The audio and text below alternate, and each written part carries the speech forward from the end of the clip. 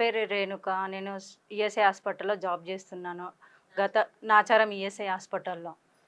గత 2011లో జాయిన్ అయినాం మేము.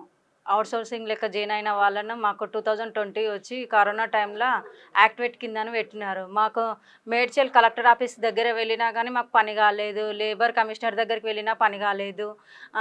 గత 3 ఏళ్ల నుంచి మా వాళ్ళందరూ చాలా ఇబ్బందులు పడుతుర్రు. కొంతమందికి భర్త లేని వాళ్ళు ఉన్నారు. కొంతమందికి పిల్లలకు కిడ్నీ పేషెంట్లు వాళ్ళకు ఉన్నారు. ఈఎస్ఐ కార్డు ఉండి భర్తలు చనిపోయిన వాళ్ళు ఉన్నారు. డ్యూటీ సెక్యూరిటీ వాళ్ళు గిట్లా అందరికీ ఈఎస్ఐ కార్డు లేక చాలామంది చనిపోయినారు. అట్లా కూడా మాకు ఈఎస్ఐలో ఉండుకుంటే కూడా మాకు ఈఎస్ఐ కార్డు కూడా లేకుండా, జీతాలు లేకుండా కూడా, ఈఎస్ఐ కార్డు లేకుండా భర్తలు చనిపోయి చాలామంది ఇబ్బంది కూడా పడ్డారు. పైసలు లేక కూడా 9 నెలల నుంచి కూడా జీతాలు లేకుండా ఉండే కరోనా టైంలో కూడా. అట్లా కూడా మేము సరేలే అని చెప్పేసి మేము అట్లా కూడా బాధ్యత అది చేసినా కానీ మాకు మాత్రము అవుట్సోర్సింగ్ లేకుండా మమ్మల్ని లేబర్ యాక్టివిటీ కింద అనేసి ప్రతి వాళ్ళు మమ్మల్ని ఏమంటారు, 2011లో ఎక్కిన వాళ్ళకేమో యాక్టివిటీ అని పెట్టినారు. యాక్టివిటీ అని పెట్టేసి మమ్మల్ని మాకంటే వెనకొచ్చిన వాళ్ళేమో అవుట్సోర్సింగ్ అని చేసినారు. మమ్మల్నేమో లేబర్ యాక్టివిటీ కింద మీది తుమ్ముతో ఊసిపోయే డ్యూటీలో మేము ఎక్కిందేమో అవుట్సోర్సింగ్ లెక్క ఎక్కినాం మేము.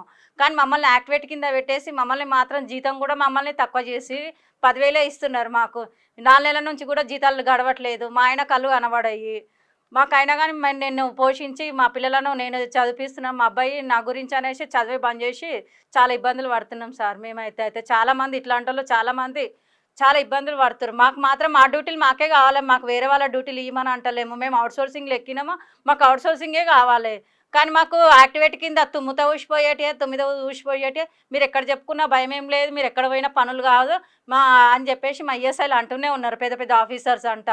సూపరింటెండెంట్ గారి దగ్గరికి గత 4 సూపరింటెండెంట్లు వచ్చిపోయినారు. కానీ మీరు అవుట్సోర్సింగ్లోకి ఎక్కలేరు అమ్మానంటే మా దగ్గర జాయినింగ్ లెటర్స్ కూడా ఉన్నాయి.